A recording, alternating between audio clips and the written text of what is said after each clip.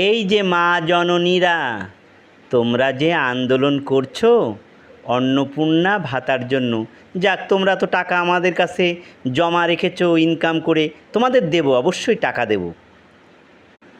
কিন্তু একটা কথা মনে রেখো, বারবার যে বলছো না যে আবার ভোট হবে, আবার ভোট হবে, ফিরিয়ে দাও আমাদের মমতা দিদিকে, আমরা মমতাকেই আবার চাই। মমতাকে নিয়ে আসলে এবার, ওমা তোমরা যে শাখা সিঁদুর নিয়ে লাফিয়ে লাফিয়ে ওই যে ভাতার জন্য আন্দোলন করছো, এই শাখা সিঁদুর তোমাদের কপালে আর জুটতো না। বাংলাদেশের মতন অবস্থা হবে তোমাদের, তোমাদের হতো ওই পেহেলগাঁয়ের মতন অবস্থা, চেক করে করে তোমাদেরকে মুসলমানকরণ করা হতো, মোথাবাড়ির মতন অবস্থা হতো তোমাদের। তাই বলি, সুখে থাকলে মানুষের ভূতে কিলায়, শাঁকা সিঁদুর বজায় আছে, এটাই তোমাদের